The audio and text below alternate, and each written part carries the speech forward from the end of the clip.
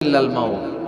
প্রত্যেক ফরজ সালাতের পরে কেউ যদি আয়াতুল কুরসি পড়ে তাহলে তার জান্নাতে ঢোকার ক্ষেত্রে আর কোনো কিছুই বাধা থাকে না, একটা জিনিস ছাড়া, সেটা হচ্ছে তার মরণ। সে মরে না, তাই জান্নাতে যায় না, মরলেই জান্নাতি।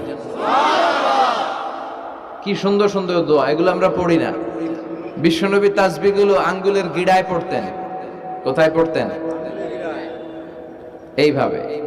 আব্দুল্লাহ ইবনে আমর ইবনে আল-আস রাদিয়াল্লাহু তাআলা আনহু বর্ণনা করেন, রাআইতু রাসূলুল্লাহি সাল্লাল্লাহু আলাইহি ওয়াসাল্লাম ইয়াকিদুত তাসবিহা ফি ইয়ামিনিহি। তিনি বলেন, আমি বিশ্বনবীকে নামাজের পরে এই ডান হাতের গিড়ায় গুনে গুনে তাসবিহ পড়তে দেখেছি। ডান হাতটা উপরের দিকে করেন। ডান হাত আছে না সবার? হাত কয়টা আমাদের? একটা ডান হাত, একটা বাম হাত। এই পৃথিবীতে মানুষগুলো দুই পন্থী, একটা ডানপন্থী আর একটা, আমরা কোন পন্থী? চিল্লায় বলেন, আমরা কোন পন্থী?